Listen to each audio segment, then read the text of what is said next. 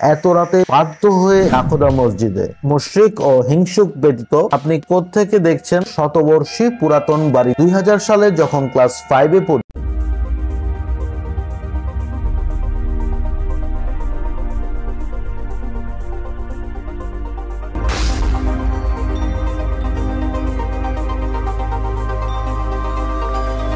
আসসালামু আলাইকুম ভিউয়ার্স, ভারতের সাংস্কৃতিক রাজধানী কলকাতা থেকে সকলকে জানাচ্ছি পবিত্র লাইলাতুল বরাত মোবারক।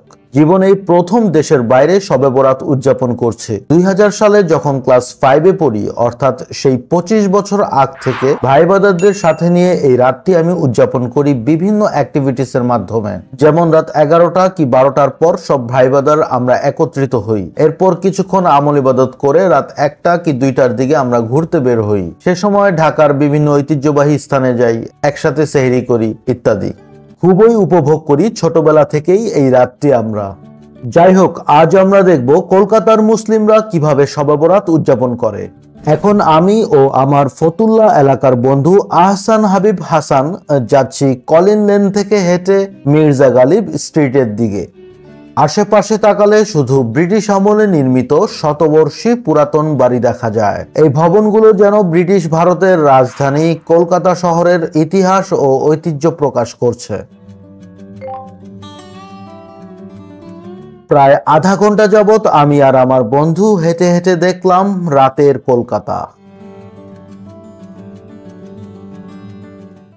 পুরো রাস্তায় শুধু আমি আর আমার বন্ধু, আর বাংলাদেশি সময় বাজে এখন কত 4টা। মির্জা গালিব স্ট্রিটে আছি আমরা। আমাদের গন্তব্য হচ্ছে ঐতিহাসিক নাখোদা মসজিদ। হাঁটতে হাঁটতে আমরা কলকাতার ঐতিহ্যবাহী মেট্রোপলিটন ভবনের সামনে চলে এসেছি। আমরা ফজর নামাজ পড়ব নাখোদা মসজিদে।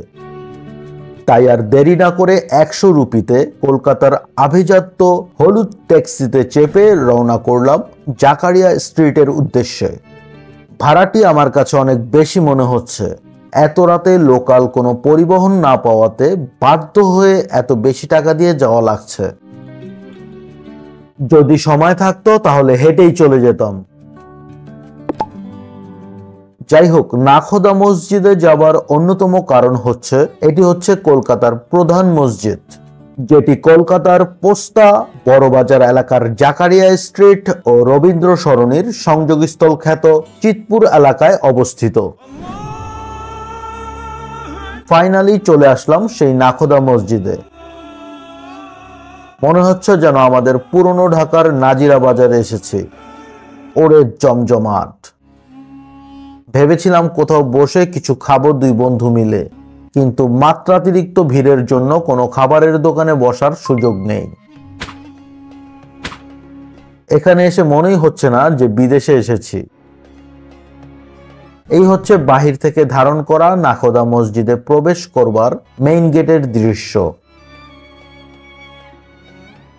আমাদের এই সাবকন্টিনেন্টে কলকাতা প্রাচীন একটি শহর।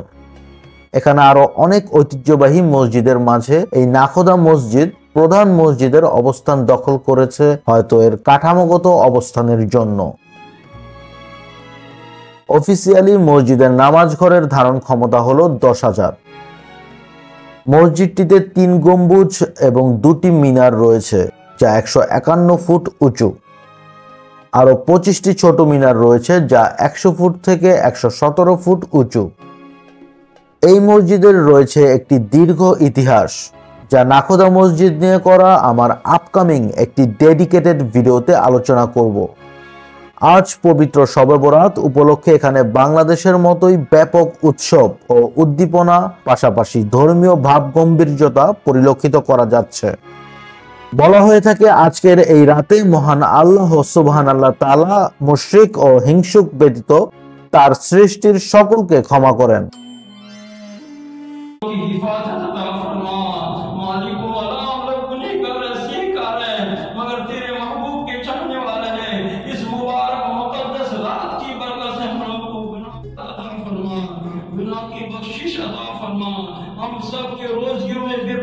ফজরের মোনাজাতের পর সবাই লাইন ধরে দাঁড়িয়ে ইমাম সাহেবের সাথে সৌজন্য সাক্ষাৎ তথা দোয়া চাচ্ছেন।